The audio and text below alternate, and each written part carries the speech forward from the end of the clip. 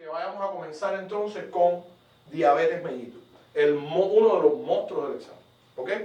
¿Qué es la diabetes mellitus? Bueno, la diabetes mellitus es una enfermedad metabólica que uno de los datos más importantes es que es multifactorial. ¿Ok? Porque no existe un solo factor en el cual incida la causa. Realmente para el ENCLA no, pero en la vida real, o sea, para los médicos, existen más de 5 diferentes tipos de diabetes mellitus. ¿Ok? Pero para ustedes, en enfermería, nivel entry, o sea, planito de AREN, existen 2 tipos importantes. ¿Estamos de acuerdo? Va a ser la denominada tipo 1, porque ya no es la diabetes mellitus insulino dependiente y no insulino. Primer punto, eso es un nombre obsoleto. Ya eso no se puede usar. ¿Ok? Ya no se usa diabetes insulino dependiente o no insulino dependiente por una simple razón. El punto es que la no insulino dependiente, después de 5 años casi siempre hay que meterle insulina al paciente. Y el paciente va a depender de eso, es un nombre que no tiene ningún sentido. Entonces es mejor decir tipo 1 y tipo 2. ¿Estamos de acuerdo? La tipo 1 es una enfermedad autoinmune. Es una enfermedad metabólica, pero es inmunológica. El páncreas, o sea, el paciente crea anticuerpos contra el páncreas, contra las células beta, que es la que produce la insulina. Por tanto, al desbaratar eso, no hay otro tratamiento para el tipo 1 que no sea insulina o coadyuvantes de la insulina. Porque también hay medicamentos nuevos y ahora. ¿Estamos de acuerdo? Por tanto, la primera pregunta y gran tema que ustedes tienen que demostrar, que entender aquí es cuáles son las diferencias entre tipo 1 y tipo 2. Ese es el primer elemento aquí. ¿Ok? Tipo 1 va a ser una enfermedad autoinmune. Usted no quiso.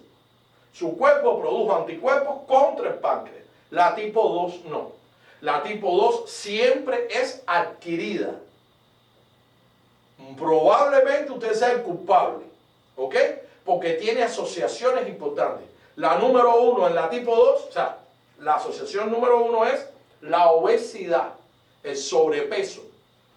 ¿Ok? El paciente comienza a subir de peso y eso hace un factor de riesgo importante dentro de la tipo 2. ¿Estamos de acuerdo? ¿Verdad que sí? La tipo 1 aparece tempranamente. Puede ser al nacimiento o en la temprana juventud. Por eso también antiguamente se le llamaba diabetes juvenil. ¿Ok? Que es la tipo 1. Tiene un onset rápido. A diferencia de la tipo 2, que por supuesto puede comenzar siempre un poco más tarde o en la edad adulta. Claro, con los grandes niveles de obesidad infantil que hay en los Estados Unidos, no en Estados Unidos, en todas las sociedades desarrolladas, se aumenta el peso, los niños están macrofetos, los niños ya de 4 o 5 años tú los ves obesos, ¿ok? Por tanto, la incidencia, que es el término estadístico de aumento anual de casos, va aumentando cada día más. Eso hace que la diabetes tipo 2 se vaya apareciendo en edades más tempranas, pero no es porque es autoinmune, es sencillamente porque es una diabetes asociada a la obesidad. Por tanto, la herencia es muy elevada aquí también, en la tipo 1 no. Esa pregunta de que sus padres son diabéticos, eso funciona para tipo 2. En la tipo 1, usted puede ser el único diabético de su casa de por vida. Así es. O sea, usted es diabético tipo 1 y más nadie es diabético. Ni para atrás ni para adelante. ¿Ok? A diferencia de la tipo 2, que tiene una fuerte carga hereditaria. ¿Ok? No. Bueno, ahí la tiene. ¿Estamos de acuerdo? Perfectamente. Por tanto, herencia, obesidad. ¿Estamos de acuerdo? O sea, la ganan. Usualmente el tipo 2 es un paciente obeso y que gana peso. A diferencia del tipo 1, no siempre, pero el tipo 1 casi siempre es macerado. Es un paciente flaquito. ¿Estamos de acuerdo? Porque la insulina no la puede utilizar. ¿Estamos de acuerdo? Por tanto, no relacionada con la obesidad. La ketosis en la tipo 1 es muy común. La complicación que ustedes siempre van a tener en el examen del tipo 1 va a ser la ketoacidosis del diabético. ¿Ok? Vamos a hablar en plata. Eso no quiere decir, ni yo estoy diciendo, que el tipo 2 no pueda tener una ketoacidosis. Pero créanme, cuando la vean, escríbanla en libros porque eso es algo sumamente raro. La complicación más importante de la tipo 2 se llama coma hiperosmolar. Hiperosmolar, coma. Ese es para el tipo 2. La complicación más importante de la 1 es la ketoacidosis del diabetes. Recuerden que yo tengo una frase muy interesante que se la puedo decir también. Cuando veamos en el examen ketoacidosis del diabetes, o sea, ketoacidosis, acidosis, qué sé yo, recuerden dos cosas importantes. La acidosis metabólica, la única que sale en el examen es la ketoacidosis del diabetes. Y en la respiratoria es la exacerbación del COPD. ¿Ok? Las enfermedades obstructivas respiratorias. Y la frase es que todo lo demás es masturbación mental. ¿Vamos de acuerdo? Eso es lo que hay. Ahí está Jenny. Jenny no, esta semana creo que la... estaba en algo, no sé. Jenny, el abuelito. Algo así. Habla de... ¿Ok? ¿Hasta ahí? Por tanto, eso es las características. Ahora vamos al tratamiento. La tipo 1 solamente se puede tratar con insulina o productos parenterales relacionados a la insulina.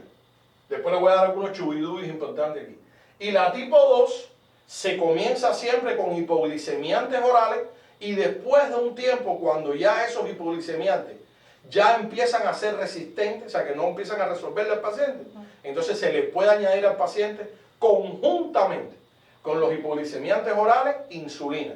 Y muchas veces ya se pierden y sigue la insulina. Por eso el término insulino dependiente ya no pega aquí. Porque se está usando insulina ya en cualquiera de los dos. ¿Ok? Lo que este siempre lo ha usado y este lo usa en el tiempo.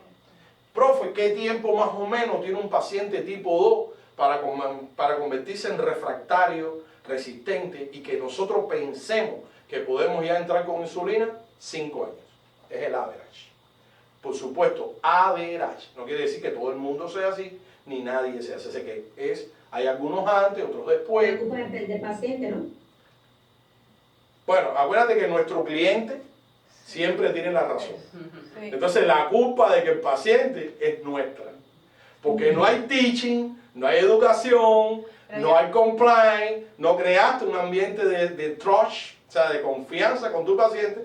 Y por supuesto, recuerden que en cualquier enfermedad crónica, léase la diabetes mellitus, la primera causa de exacerbación, o sea, de que la cosa te jodía, es no compliance con la medicación. O sea, los pacientes hacen lo que les da la gana. Exacto. Y básicamente acaban con eso. Acaban con eso. ¿Estamos de acuerdo? Exacto. Eso Son es tremendos. el número 1 de las opciones. Los pacientes hacen lo que quieren. ¿Estamos de acuerdo hasta aquí? Por tanto, para empezar ya, primera pregunta.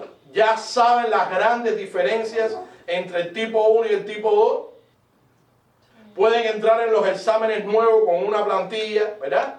Con los drops, le ponen cuáles son las características del tipo 1 y el tipo 2, y ustedes el drag and drop, y empiezan a arrastrar con el cursor poniendo las características de uno y las características del otro. Okay. Dale, tira para allá. No tan Una rápido. pregunta. Dígame. Si una persona con diabetes mellitus tipo 2, Ajá. puede existir la posibilidad que sea, que sea reversible, es decir, que deje de ser diabético. Puede. Eso, baja de peso. Sí puede pasar porque, como yo les dije, es adquirida. Baja Y de lo que es peso. adquirida va a ir para atrás. Come Existen saludable. dos razones importantes. De hecho, hay una causa muy rara que te voy a contar. Hay un grupo de medicamentos que pueden producir hiperglicemia. El abuso de esos medicamentos pueden destruir muchas de las células beta del páncreas y crear una resistencia insulínica. No es más bien una diabetes tipo 2, sino una resistencia insulínica, porque la diabetes tipo 2 tiene gradaciones. O sea, tiene grados dentro de ella. ¿Ok? Por tanto, el primer elemento es que aunque tú no dejes de ser diabético, tú puedes estar controlado a un paciente que baje de peso. Comer Un paciente saludable. que baja de peso, automáticamente la resistencia insulínica desaparece. ¿Me entiendes? Entonces, tal vez etimológicamente tú puedes seguir siendo diabético, pero tienes un azúcar controlada. ¿Me entiendes? No necesitas medicamentos, o al menos, recuerden que vamos a hablar en plata. ¿Cuál es el primer intervención? Esto es en teoría, pero la verdad es que es verdad. O sea, ¿cuál es la primera intervención en enfermería que ustedes como prioridad van a empezar cuando empiecen a tratar a un diabético?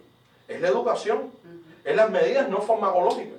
Un paciente que comienza a hacer ejercicio, que baja de peso, que come saludable. Recuerden que los diabéticos pueden comer de todo, pero tienen que ser en pequeñas cantidades. Cuando eso sucede, el paciente se estabiliza.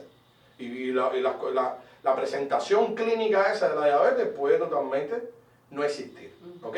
Por tanto, en el tipo 2 sí, el paciente sigue siendo diabético tipo 2, pero controlado. ¿Me entiendes? Es lo mismo un paciente que tenga epilepsia, pero que nunca tenga ataque de epilepsia. Los hipertensos que Los hipertensos que la presión se controla, exactamente, es controlable. ¿Estamos de acuerdo hasta ahí? Bien, preguntas hasta aquí. Profesor, una pregunta. ¿Quién me habla? Yo, Kenia. Entonces, Hola. la tipo 2... Ah, Kenia, discúlpame, Kenia, ya te veo. Ajá, dime. La diabetes tipo 2, el paciente la desarrolla con malos hábitos, así es. Así es. Claro, Y la tipo claro. uno- Vamos a hablar en plata. Aquí dos elementos importantes. Aquí tenemos una carga genética importante. O sea, él tiene el libro escrito. Y él, a través de su comportamiento y de sus cosas, hace que eso escrito salga. Porque hay personas que tienen padres diabéticos y nunca lo son. Sencillamente, ¿por qué? Porque se cuidan, porque no tienen. ¿Entiendes? O sea que tiene que haber dos elementos importantes. ¿Estamos de acuerdo? Recuerden que, señores, estoy hablando de asociaciones. Yo necesito, es importante que ustedes entiendan la magnitud de mis palabras. Yo no estoy diciendo, por ejemplo, que todos los diabéticos tipo 2 tengan a alguien hereditariamente que sea diabético. Y tampoco quiero decir que todos los pacientes tipo 2 sean obesos. ¿Entienden? La medicina, la enfermería y todas las ciencias de salud es la única ciencia que hay en el mundo, en la vida, donde 2 y 2 no siempre es 4. ¿Estamos de acuerdo? Yo hablé de asociaciones. Está asociada. Que hay pacientes tipo 2 que no son obesos. No, sí, claro, los hay. Que no tienen una carga genética, también existe. Pero no la gran mayoría. ¿Ok? No sé si contesto tu pregunta, Miss Montoy. Ok, dígame entonces, ¿cuál es la pregunta? Repítame. ¿Cuál es la hereditaria y la que tiene que ver La con- 2 es la hereditaria, la 1 no lo es. ¿Ya? La 2 ¿Y la 2? La 2 es hereditaria y obesidad. Las dos cosas juntas. Las dos vienen juntas. Juntas. La una no tiene nada que ver con herencia y no tiene nada que ver con Es obesidad. inmune. Es autoinmune. La lista de enfermedades autoinmunes es enorme. Sí. Hay más de 250 enfermedades autoinmunes. La diabetes tipo 1 es autoinmune. La enfermedad del Great Bacillus, de la tiroides que vimos ayer, es autoinmune. La artritis reumatoide es autoinmune. La miastenia gravis es autoinmune. Y sigue, y sigue. El lupus eritematoso. ¿Ok? Y sigue, y sigue, y sigue. ¿Estamos de acuerdo? La anemia perniciosa es autoinmune.